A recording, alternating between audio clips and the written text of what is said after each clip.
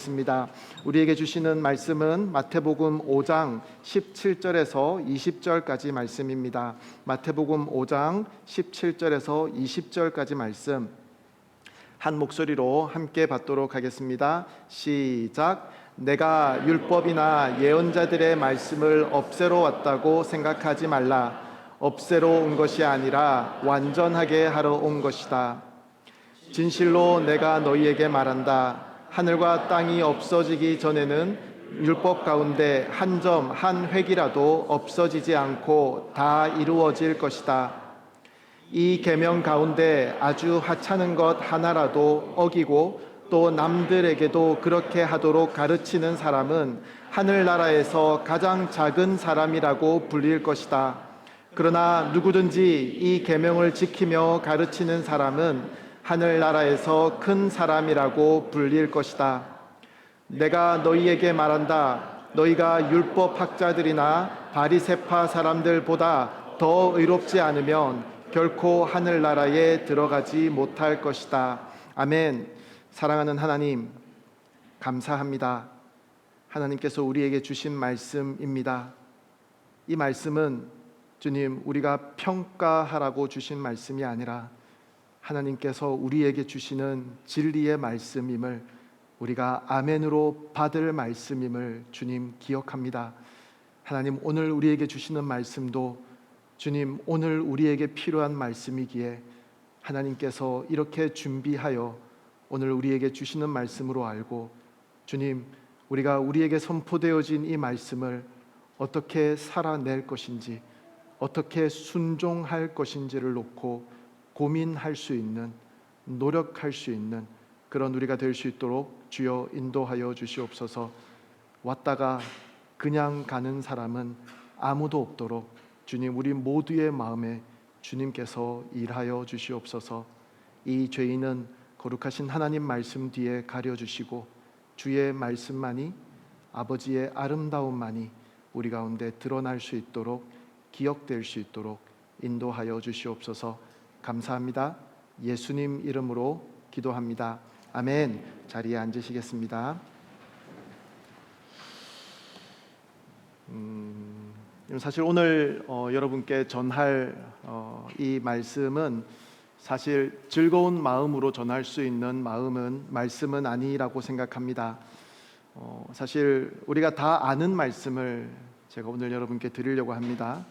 다 아는 말씀을 또 다 예상할 수 있는 그런 순서로 말씀드릴 것입니다. 하지만 우리가 사실 즐겨 듣고 싶어 하지 않는 그런 말씀을 오늘 드리려고 합니다. 이번 한 주간 오늘 이 말씀을 준비하면서 계속 저를 향해서 이 말씀을 외쳤습니다. 하나님 말씀을 통해서 주시는 이 리마인더가 사실 가장 절실하게 필요한 사람이 바로 저라는 것을 가슴 깊이 고백하며 오늘 말씀을 준비했습니다. 그리고 우리 모든 성도님들이 저와 같은 마음이기를 간절히 기도하며 이 말씀을 준비했습니다. 오늘 본문을 통해서 예수님께서 우리에게 하시는 말씀은 사실 아주 충격적이라고 생각합니다. 어떤 의미에서는 우리에게 참으로 비관적으로 들릴 수도 있는 그런 말씀이다 라고 생각합니다.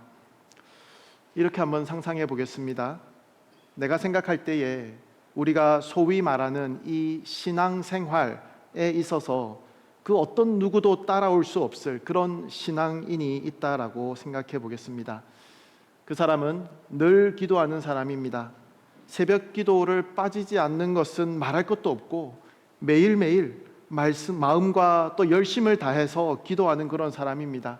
심지어 시계 알람을 맞춰놓고 하루에 3번 알람이 울 때마다 모든 것을 그만두고 하나님 앞에 기도하는 그런 사람입니다. 또한 말씀을 늘 가까이 하는 사람입니다. 정해진 분량의 성경을 매일 꾸준히 읽는 것은 물론이거니와 큐티 생활도 진심으로 하는 그런 사람입니다. 늘 말씀을 묵상하고 늘 말씀을 암송하고 늘 말씀을 공부하는 그런 사람입니다. 하나님 말씀이 그 입술과 그 마음을 떠나지 않는 그런 사람입니다. 뿐만 아니라 교회도 항상 열심을 다해서 힘을 다해서 섬기는 그런 사람입니다. 힘을 다해서 헌금하고 또 정기적으로 나가서는 가난한 자들과 노숙자들을 돕고 지역 사회를 돕는 일에도 결코 게을리하지 않는 그런 사람입니다. 거기에다가 세속적인 것들은 전부 멀리하는 사람입니다. 찬양이 아니면 음악은 듣지도 않습니다. 그 유명한 K-드라마도 자기의 경건에 유익하지 않다라고 생각하여서 보지도 않습니다. 주일은 예배와 말씀 보고 기도하는 일, 그것 외에는 다른 것 아무것도 하지 않습니다. 주일날 식당을 간다고요? 말도 안 된다고 생각하는 그런 사람입니다. 혹시라도 밖에 나갔다가 죄를 범하게 되는 일이 벌어질까 봐 꼭 필요한 일이 아니면 외출도 거의 하지 않는 그런 사람입니다. 인터넷을 사용하다가 혹시 실수로 경건에 도움이 되지 않는 그런 웹사이트를 방문하게 될까 봐 스마트폰도 사용하지 않는 그런 사람입니다. 영화도 보지 않습니다. 경건 생활에 방해가 된다고 생각하기 때문입니다. 여러분, 제가 지금 어떤 사람을 묘사하려고 하는지 감이 오시나요?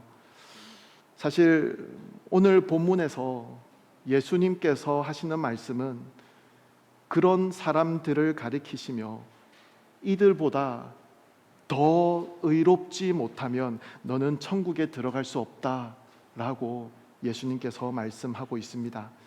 그 의로움이 이런 사람들의 것보다 뛰어나야지만 천국에 들어갈 자격이 있다라고 예수님께서 우리에게 말씀하십니다. 오늘 본문 20절이죠. 너희가 율법 학자들이나 바리새파 사람들보다 더 의롭지 않으면 결코 하늘나라에 들어가지 못할 것이다. 예수님의 이 말씀을 처음 들었던 그 유대인들은 이 말씀을 들으면서 아마도 큰 충격에 빠졌을 것입니다. 아니, 그렇다면 도대체 하늘나라에 들어갈 수 있는 사람이 어디에 있단 말입니까? 그런 사람이 존재할 수 있다라는 말씀입니까? 라고 궁금해 하였을 것입니다. 지금 우리가 말하는 이 바리새파 사람들은 어떤 사람들입니까? 그들의 삶은 율법으로 가득 차 있었던 사람들이었습니다. 철저하게 하나님 말씀을 지키며 살려고 노력했던 사람들입니다. 구약 성경에는 600개가 넘는 그런 율법의 그런 조항들이 있는데요, 그것들을 철저하게 지키기 위해서 세부 조항들을 몇 천 개씩 만들어서 그것들을 다 지켜내려고 노력하였던 그런 사람들이다라는 것입니다. 그런 사람들보다 더 의로워야지만 천국에 갈 수 있다라는 말씀을 예수님께서 하셨다는 것입니다. 마치 너의 의가 perfect, 완전해야지만, 완벽해야지만 천국에 갈 수 있다라고 들리는 것 같습니다. 근데 여러분, 사실 그렇지 않습니까? 천국은 하나님께서 거하시는 곳입니다. 하나님은 거룩하십니다. 그 어떠한 죄나 그 어떠한 악이나 타락함도 아무리 작은 것이라 해도 거룩하신 그 하나님의 임재 앞에는 가까이 갈 수 없는 것입니다. 하나님의 본성이 거룩이기 때문에 죄나 불의를 조금도 용납할 수 없다라는 것입니다. 구약에 보면 성막이 나오죠. 성막 안에는 지성소가 있습니다. 지성소는 하나님의 임재를, 하나님께서 거하신다는 것을 상징하는 그런 장소입니다. 그래서 지성소를 영어로 Most Holy Place, 아니면 Holy of Holies, 그렇게 이야기합니다. 하나님께서 거하시는 그 장소는 너무나도 거룩한 장소이기 때문에 그곳에는 아무나 들어갈 수 없습니다. 온 이스라엘을 대신하여, 대표하여서 오직 대제사장 그 한 명만 1년에 딱 한 번만 모든 성결을 위한 절차와 예배와 제사와 성례를 모두 다 한 다음에 겨우 한 번 들어갈 수 있는 곳이 지성소였다라는 것입니다. 하지만 그 모든 과정 중에 약간의 실수라도 있었다면 그 대제사장에게 아뢰지 못한, 고백하지 못한 죄가 하나라도 있었다면, 그래서 용서받지 못한 죄가 있다면 그는 지성소에 들어가자마자 그 순간 죽게 될 것입니다. 왜죠? 하나님은 거룩하신 분이기 때문입니다. 하나님의 그 거룩함은 아무것도 용납할 수 없기 때문입니다. 밝게 빛나는 그 빛 앞에서 모든 어두움은 흔적도 없이 다 사라집니다. 죄인도 불의함도 하나님 앞에서는 그 어느 곳에서도 설 수 없다라는 것입니다. 여러분, 이 땅의 지성소는 하나님의 임재를, 하나님의 거하심을 상징적으로 나타내는 장소였습니다. 하물며 저 하늘나라, 하나님께서 거하시는 그 하나님의 보좌가 있는 그 천국은 어떻겠습니까? 그 어떠한 불의도 하나님 앞에 설 수 없습니다. 그래서 사실 이 20절 예수님 말씀은 전혀 틀리지 않았습니다. 아무리 작은 약간의 불의라도 있다면 거룩하신 하나님께서 거하시는 그 하늘나라에 들어갈 수 없다라는 것입니다. 요한계시록 22장 15절은 이렇게 말씀합니다. 그러나 개들, 점술가들, 음행하는 사람들, 살인한 사람들, 우상 숭배하는 사람들, 거짓말을 좋아하는 행하는 사람들은 도성 밖에 있게 될 것이다. 지금 이 말씀은 성경의 제일 마지막 장에 있는 말씀입니다. 여기서 도성, 이것은 하나님 나라, 천국을 말하는 것입니다. 회복된 에덴 동산을 말하는 것입니다. 다시는 저주가 없고 다시는 밤이 없는, 하나님께서 영원토록 다스리시는 그 천국에 들어가지 못할 사람들이 있다라고 하나님께서 말씀하고 계십니다. 거짓말 한 적이 있으신 분 계신가요? 저렇게 적혀 있습니다. 그들은 도성 밖에 있을 것이라고, 그 하나님 나라에 들어갈 수 없다라고 말씀합니다. 갈라디아서 5장 19절은 이렇게 말씀합니다. 육체의 일들은 명백합니다. 곧 음행과 더러움과 방종과 우상숭배와 마술과 원수매증과 다툼과 시기와 분노와 이기심과 분열과 분파와 질투와 술 취함과 방탕과 또 이와 같은 것들입니다. 내가 전에 경고한 것처럼 지금도 경고합니다. 이런 일을 행하는 사람들은 하나님 나라를 상속받지 못할 것입니다. 여러분, 우리는 이런 구절들을 읽을 때마다 절대 우리가 해당되지 않을 그런 몇 개의 단어들을 주의해서 살펴봅니다. 그것들을 아주 크게 여기면서 그 외의 것들에는 눈길을 주지 않으려고 노력하는 경향이 있습니다. 그런데 우리가 가슴에 손을 얹고 생각해 보면 이 말씀 중에 우리가 꽤 자주 저지르게 되는 그런 일들도 있다라는 것을 우리는 부인할 수 없습니다. 몇 개만 골라볼까요?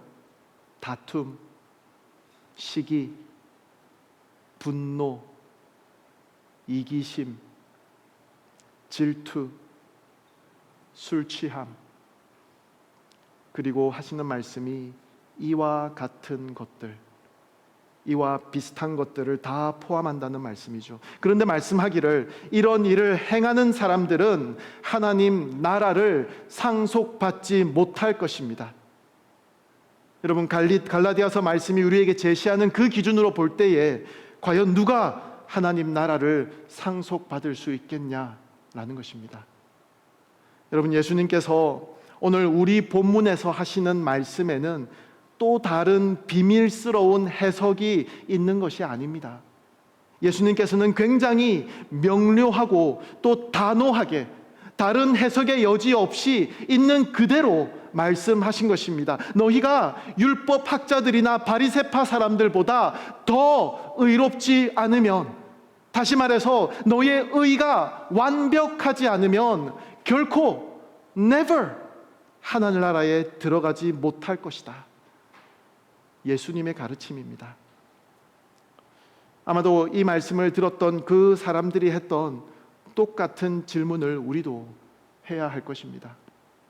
그렇다면 과연 누가 천국에 갈 수 있습니까? 여러분, 아무도 들어가지 못합니다. 여러분, 아무도 들어가지 못합니다. 하지만 우리는 이미 알고 있는 답이 있죠. 그리고 저 광 목사가 그쪽으로 이야기를 하려고 이렇게 진지하게 이 말씀을 하고 있구나 라고 생각하며 그 예수님이라는 단어를 아마 기다리고 있었던 여러분들도 있을 것입니다. 우리가 그 20절 말씀에 한 가지 덧붙여야 하는 말씀이 있죠. 자기의 의로는, 그죠? 내가 할 수 있는, 내가 싸울 수 있는 그 어떠한 의로는 아무도 하나님 나라에 결코 들어가지 못한다라고 예수님께서는 말씀하시는 것입니다. 우리는 예수님께서 하시는 이 말씀이 무엇을 의미하는지를 살펴보기 위해서 오늘 본문의 가장 처음으로 돌아가야 합니다. 17절입니다. 내가 율법이나 예언자들의 말씀을 없애러 왔다고 생각하지 말라. 여러분, 예수님께서 왜 이런 말씀을 하셨을까요? 무엇이 예수님으로 하여금 이런 말씀을 하게 만들었을까요? 왜냐하면 사람들이 볼 때에 예수님이 율법과 그 예언의 말씀을 없애러 왔다라고 생각하였기 때문이겠죠. 사람들이 저렇게 생각했기 때문에 너희들 그렇게 생각하지 마라고 예수님께서 말하고 있는 것입니다. 왜 그런 생각을 사람들이 했을까요? 왜냐하면 예수님을 가만히 보니까 세리들과 함께 식사를 하기 때문입니다. 죄인들과 함께 시간을 보내고 있는 것입니다. 유대교가 규정하는 깨끗하지 않은 사람들과 어울리며 자신을 더럽히며 그렇게 시간을 보내고 있는 그 예수님을 그들이 보았던 것입니다. 여러분, 당시 율법학자들과 바리새파 사람들은 어떤 사람들이었습니까? 율법을 문자적으로 해석하면서 그 규칙들을 철저하게 지키는 것을 신앙의 핵심으로 여겼던 사람들입니다. 하나님께서 주신 그 법령을 지키는 일을 그 어떤 것들보다 우선적으로 여겼던 그런 사람이라는 것입니다. 안식일에 자기가 끌고 가던 동물이 구덩이에 빠지면 그것을 꺼낼 수도 없었던 사람들이었습니다. 안식일에는 일을 해서는 안 되기 때문이죠.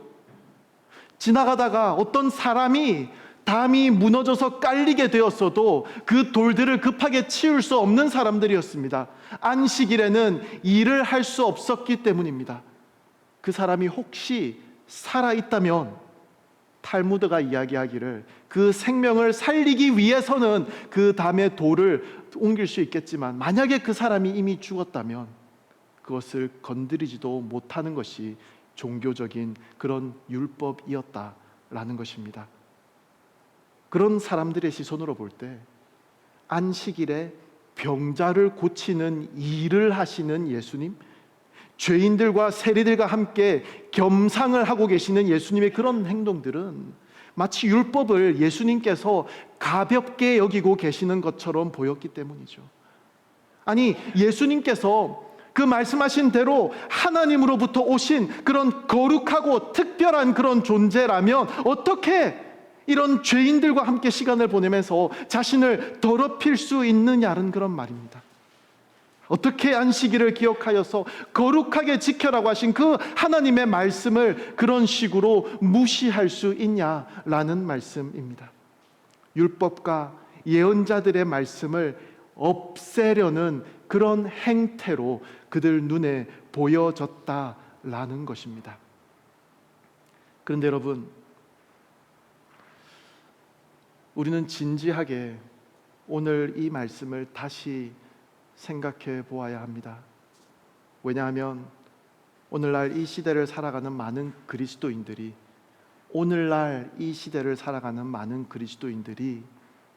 예수님을 향하여 질문하였던 그런 내용과 같은 생각을 가지고 있기 때문입니다. 마치 예수님께서 율법과 예언자들의 말씀을 없애기 위해서, 조금 더 원어에 맞게 해석하면 무효화하기 위해서, 폐지하기 위해서 이 땅에 오셨다라고 생각한다는 것입니다. 무슨 말이죠?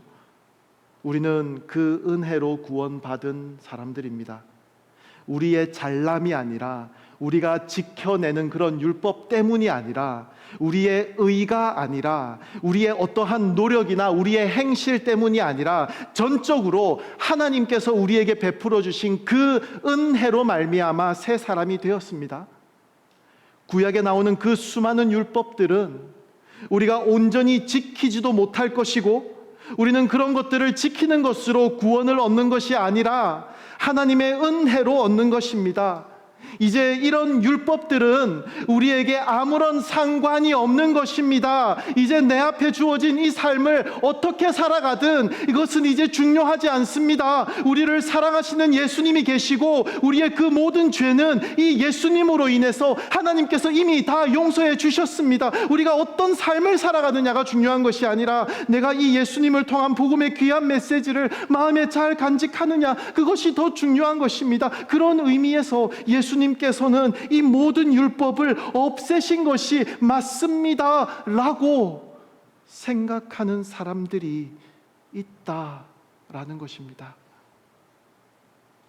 내가 어떻게 살아가든, 아까 갈라디아서에서 말씀했던 그 모든 육체의 일을 내가 다 행하면서 살아가고, 다툼과 시기와 분노와 이기심과 질투와 술 취함의 모습을 내 안에 보면서도, 이런 나의 모습들을 보면서 가슴 아파하고 슬퍼하는 것이 아니라, 이런 나의 모습을 바로 잡아가려고 애쓰는 것이 아니라, 이런 나의 연약한 모습들 때문에 예수님께서 십자가에서 돌아가셨잖아.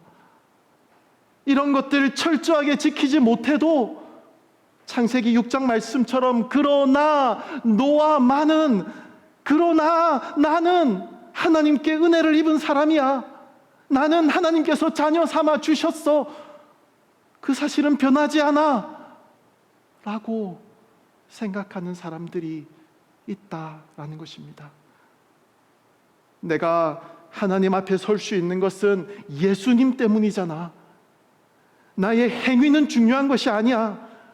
하나님께서 율법으로 주신 모든 내용들은, 우리가 지켜야 한다고 우리에게 제시해 주신 그 모든 법령들은 이제 예수님으로 인해서 다 폐지된 것이야. 내가 다 지키지도 못할 것들이고, 내가 다 지키지 못해도 상관없는 것들이야 라고 생각하는 사람들이 있다는 것입니다.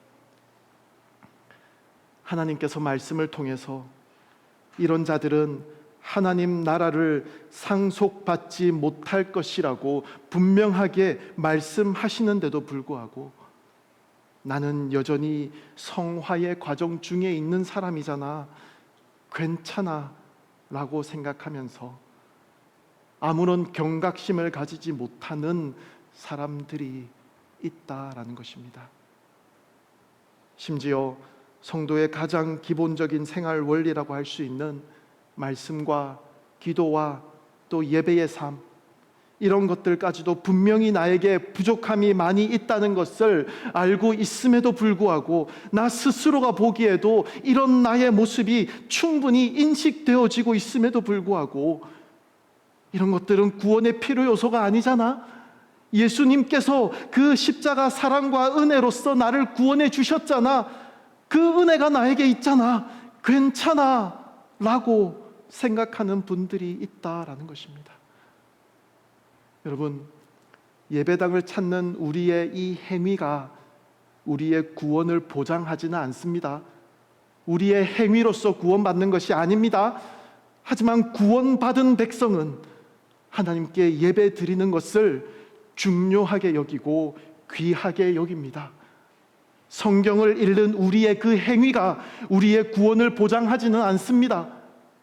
하지만 구원받은 하나님의 백성들은 하나님 말씀을 항상 가까이 합니다. 기도라고 하는 그 우리의 행위들이 우리의 구원을 보장하지는 않습니다.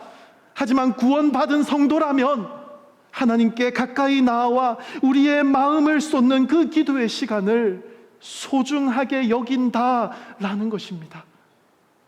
여러분, 다툼과 시기와 분노와 이기심과 질투와 술 취함을 멀리한다라고 해서 그것이 우리의 구원을 보장하지는 않습니다. 하지만 갈라디아서에서 말씀하고 있듯이 성령을 따라 행하는 그리스도인들은, 성령을 함께 동행하며 성령 주변을 계속해서 맴돌려고 노력하는 그런 그리스도인들은 이런 육체의 일들을 멀리한다라는 것입니다. 여러분, 우리가 믿고 우리가 따르는 예수님은 어떤 분이십니까? 오늘 말씀처럼 율법이나 예언자들의 그 말씀을 없애러 오신 그 예수님을 여러분은 혹시 따르고 믿고 있지는 않습니까? 여러분, 예수님을 통해서 하나님께서 우리에게 허락하신 그 구원이라는 은혜는 우리에게 거저 주신 것이라고 해서 결코 이것은 값싼 것이 아니라는 것을 여러분 기억하시기 바랍니다. 예수님께서는 그 생명으로 우리의 구원을 위한 값을 치르셨습니다. 우리가 하늘나라에 들어가기 위해서는 하나님 앞에서 우리의 의가 완벽해야 한다라고 예수님은 말씀하십니다. 예수님께서는 우리에게 구원을 허락하시기 위해서 구원을 위한 그 하나님의 기준을 낮추셔서 그 율법과 예언자들의 말씀을 다 폐지하셔서 누구나 통과할 수 있게 하신 것이 아니라 그 하나님의 완전하신 그 기준을 그곳에 그대로 두시고 우리를 들쳐매고 그 기준을 함께 뛰어 넘어가 주신 분이라는 것입니다. 왜냐하면 우리의 힘으로는, 우리의 의로는 그 하나님의 완벽한 기준을 넘어설 수 없기 때문입니다. 그래서 예수님께서는 우리의 그 모든 악함을, 우리의 그 모든 불의함을 십자가에서 찢기시고 피 흘려서 그 모든 수모를 삼키시며 우리와 함께 그 기준을 넘어서기 위해서 그 생명을 던지신 것입니다. 우리는 구약의 많은 율법들을 보면서 예수님께서 우리를 위해 이 땅에 오셔서 죽어 주셨기 때문에, 그 은혜로 사는 사람들이기 때문에 우리는 이제 이 우리를 올가매는 이 율법들에게서 자유한 사람들이야 라고 말하고 싶어 합니다. 하지만 예수님은 이 율법을 없애러 오신 것이 아니라 완전하게 하러 오신 것이라고 예수님께서는 말씀하십니다. 원어에 더 가깝게 말씀하면요, to fulfill it 이라고 말씀합니다. 다 이루어내기 위해서, 필요한 그 모든 요건들을 다 갖추어 내시기 위해서 예수님께서는 우리에게 오셨다라고 말씀하시는 것입니다. 여러분, 다 어떻게 이루셨습니까? 구약에 보면요, 아까도 말씀드렸듯이 600개가 넘는 그런 율법의 조항들이 등장합니다. 그 모든 조항들은 우리가 세 가지의 유형으로 나누어서 이야기할 수 있습니다. 첫 번째는 civil law입니다. 시민법이라고 그러죠. 이스라엘이라고 하는 그 당시의 그 문화에서 그 사회 체계를 지탱하기 위해서 필요했던 그런 법 조항들이었습니다. 그래서 그 당시 그 곳에서 살았던 그 이스라엘 민족에게만 적용되는 법을 말하는 것입니다. 예를 들어서 실수로 살인한 사람들이 일단 도망갈 수 있는 성을 도피성이라고 그러죠. 그 도피성과 관련된 그런 법률들은 그 당시 그 민족에게만 적용되는 법이었습니다. 그리고 밭 모퉁이를 다 거두지 말고 가난한 사람들을 위해서 조금씩 남겨두라는 그런 명령들, 이것들을 civil law, 민법, 시민법이라고 합니다. 당시 이스라엘 민족에게만 적용되는 법이었습니다. 두 번째 유형은 ceremonial law, 의식법입니다. 여러 종교적인 그런 제도와 관련된 그런 법 조항들입니다. 예를 들어서 오늘날 우리의 예배에서는 왜 구약의 제사 제도들처럼 동물을 죽여서 불에 태우는 그런 제사를 드리지 않는 것일까요? 아니면 왜 구약에서 말씀하고 있는 그런 여러 절기들을 우리는 왜 지키지 않는 것일까요? 예수님께서 이거는 이제 다 필요 없어, 우리는 이제 신약시대를 살고 있잖아, 오래된 것들이야, 다 무시해도 괜찮아, 다 버려도 돼, 이렇게 말씀하셨기 때문인가요? 아니죠. 예수님은 그런 말씀을 하신 적이 없습니다. 대신 예수님께서 다 이루셨기 때문이다 라고 오늘 말씀은 우리에게 말씀하십니다. 여러분, 성경에는 어떤 절기들이 등장합니까? 성경에는 무교절에 대한 말씀이 나옵니다. 누룩을 제거한 빵을 먹는 절기입니다. 누룩은 죄를 상징합니다. 그리고 예수님의 그 희생으로 인해서 우리가 이제는 누룩 없는 빵이 되었다라고 고린도전서 5장은 우리에게 선언합니다. 그래서 우리는 무교절을 지킬 필요가 없는 것입니다. 우리에게 이미 그 무교절이 이루어졌기 때문입니다. 예수님께서 이루셨습니다. 성경은 유월절에 대해서 말씀합니다. 그날은 이스라엘이 어린 양을 죽여서 그 피를 문설주에 발랐던 그런 날입니다. 그 첫 유월절에 하나님께서는 온 이집트를 다니시며 각 가정의 모든 처음 난 것들을 다 죽이셨지만 양의 피를 바른 집은 그 죽음의 심판이 그 위로 넘어갔습니다. 그것이 유월절이죠. Passover이죠.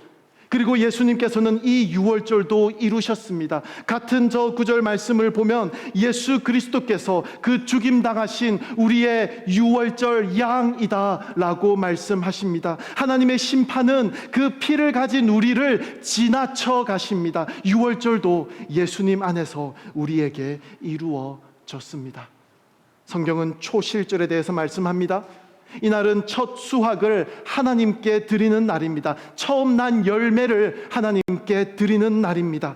이날은 유월절이 지난 다음 첫 주일이기도 합니다. 그리고 그날은 바로 예수님께서 부활하신 날이기도 합니다. 고린도전서 15장은 바로 이 예수님께서 부활하심으로 우리 모두의 첫 열매가 되셨다라고 말씀합니다. 이로써 우리의 부활이 보장되었다라고 말씀하십니다. 이 초실절도 예수님께서 이루셨습니다. 성경은 77절에 대해서 말씀합니다. 6월절로부터 50일이 지난 날입니다. 이날은 이스라엘이 출애굽하여서 시내산에서 하나님으로부터 십계명을 받은 날을 기념하는 날입니다. 예수님께서는 이 절기를 어떻게 이루셨습니까? 바로 이 77절이 오순절입니다. 예수님께서 약속하신 그 성령님을 보내주신 날입니다. 히브리서 10장 16절, 하나님께서는 이제 돌판에 새긴 하나님의 법령을 우리에게 주시는 것을 넘어서서 이제는 하나님의 법을 우리 마음판에 새기셨습니다. 성경은 나팔절에 대해서 말씀합니다. 이날은 나팔을 불어서 온 이스라엘 회중을 한자리에 모으는 날입니다. 이날은 유대인의 달력에서 새해입니다. 새로운 시작을 알리는 날입니다. 예수님께서는 이 날을 어떻게 이루셨나요? 고린도전서 15장은 예수님께서 다시 오시는 그 날이 마지막 나팔 소리와 함께 올 것이다 라고 말씀하십니다. 그 날이 새 하늘과 새 땅이 시작하는 새로운 시작의 날이 될 것입니다. 성경은 초막절에 대해서 말씀합니다. 하나님의 임재를 상징하는 그 성막이 이스라엘 가운데 있음을 기념하는 절기입니다. 예수님께서는 이 날을 어떻게 이루셨습니까? 요한계시록 21장 3절에서 요한은 보좌에서 나는 그 큰 음성을 듣습니다. 보아라, 하나님의 장막이 사람들과 함께 있으니 그분께서 그들과 함께 거하실 것이다. 그들은 그분의 백성이 되고 하나님께서 친히 그들과 함께 계실 것이다. 여러분, 더 이야기할까요? 모든 종류의 구약의 제사가 어떻게 예수님을 가리키고 있는지 우리는 잘 알고 있습니다. 동물의 피는 우리를 구원할 수 없습니다. 하지만 그 구약의 동물들의 피는 진정한 하나님의 어린 양 되신 예수 그리스도를 가리키고 있던 그림자였습니다. 우리는 동물을 죽이는 그 구약의 제사를 이제는 더 이상 드릴 필요가 없습니다. 왜냐하면 히브리서 10장 12절의 설명처럼 예수님께서 once for all, 죄에 대한 단번에 영원한 제사를 드리셨기 때문입니다. 여러분, 구약의 율법은 지루하기 때문에, 무슨 말인지 모르겠기 때문에, 지금 우리의 실정을 반영하지 못하는 단지 오래된 책, 오래된 이야기이기 때문에 그냥 무시해버리자라는 자세로 대하는 책이 아니라는 것입니다. 이 모든 것은 예수님께서 이루신 것입니다. 그래서 오늘날 우리는 이 절기와 제사를 지킬 필요가 없는 것입니다. 우리는 예수님 안에 있기 때문입니다. 오늘 본문 18절로 가볼까요? 진실로 내가 너희에게 말한다. 땅과 하늘이 없어지기 전에는 율법 가운데 한 점, 한 획이라도 없어지지 않고 다 이루어질 것이다. 이런 말씀을 들어본 적이 있을 것입니다. 구약의 히브리 언은 그 모음이 점들과 짧은 획들로 이루어져 있습니다. 그리고 그런 점들 중에 하나만 없어져도, 그런 점들 중에 하나만 잘못 찍어도, 작은 획들이 하나만 엉뚱한 방향으로 그려져도 전혀 다른 의미가 될 수 있는 그런 언어입니다. 지금 예수님께서 하시는 말씀은 하나님 말씀의 무오성에 대해서 말씀하고 있는 것입니다. 하나도 그 말씀하신 것이 이루어지지 않는 것이 없다라는 것을 선언하시는 것입니다. 아무런 오류가 없다는 것을 말씀하시는 것입니다. 구약을 통해서 우리에게 주신 그 하나님의 말씀은 하나님께서 실수로 주신 것이 아니라는 것입니다. 우리에게 지금 우리가 필요하기 때문에 주신 말씀이다라는 것입니다. 율법에는 세 가지 유형이 있다고 말씀드렸죠. 그 세 번째 유형은 moral law입니다. 도덕법입니다. 도덕법은 기본적으로 십계명을 말하는 것입니다. 예수님께서는 신약을 살아가는 우리 성도들을 위해서 십계명을 폐지하셨나요? 이제는 더 이상 너희들이 지킬 필요가 없다라고 말씀하셨나요? 아니죠.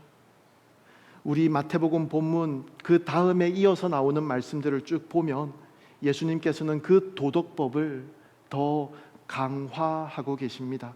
기준을 더 높이고 계십니다. 십계명에서는 살인하지 말라라고 말씀하는데요, 예수님께서는 그 형제에게 분노하는 사람도 이미 살인한 사람이라고 말씀하십니다. 간음하지 말라는 그 7번째 계명에 대해서는 여자를 음란한 눈으로 바라보는 사람은 이미 간음한 것이라고 말씀하십니다. 예수님께서 하나님의 계명을 폐지하셨나요? 아닙니다. 더 강화하셨습니다. 바리새인들은 율법의 그 세부적인 조항들을 지키지 못하느냐 지키느냐에 목숨을 걸고 있을 때에 예수님께서는 하나님께서 그 율법을 통해서 우리에게 보여주고자 하시는 우리의 마음의 상태까지 보게 하셨던 것입니다. 하나님 계명의 진짜 의미에 집중하게 하셨던 것입니다. 하나님의 계명을 더 존귀하게 여기는 방법을 우리에게 보여주셨다라는 것입니다. 여러분,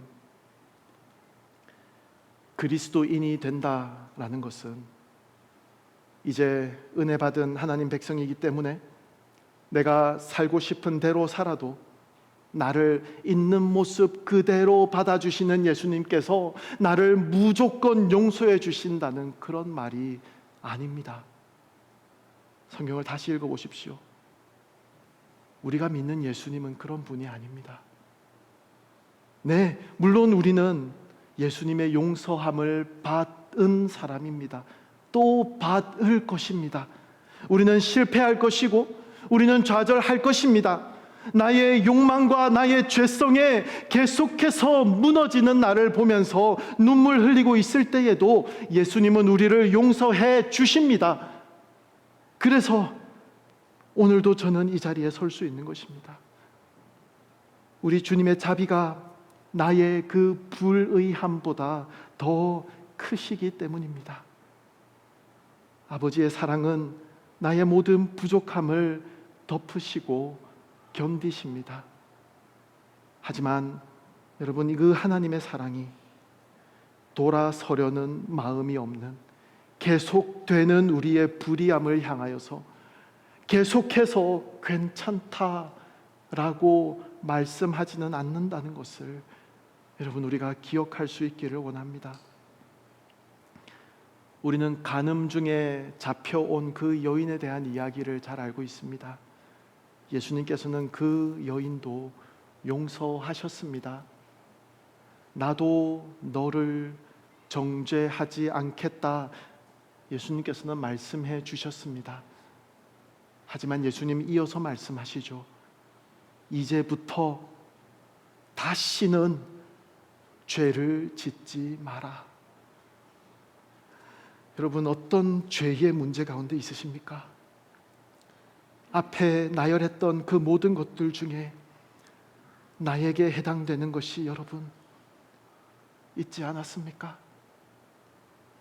그냥 내 마음 편하기 위해서 부족함, 연약함이라는 이런 단어로 포장하지 마시기 바랍니다. 네, 그 다듬어지지 않은 우리의 모습을 예수님께서는 여전히 용서해 주십니다.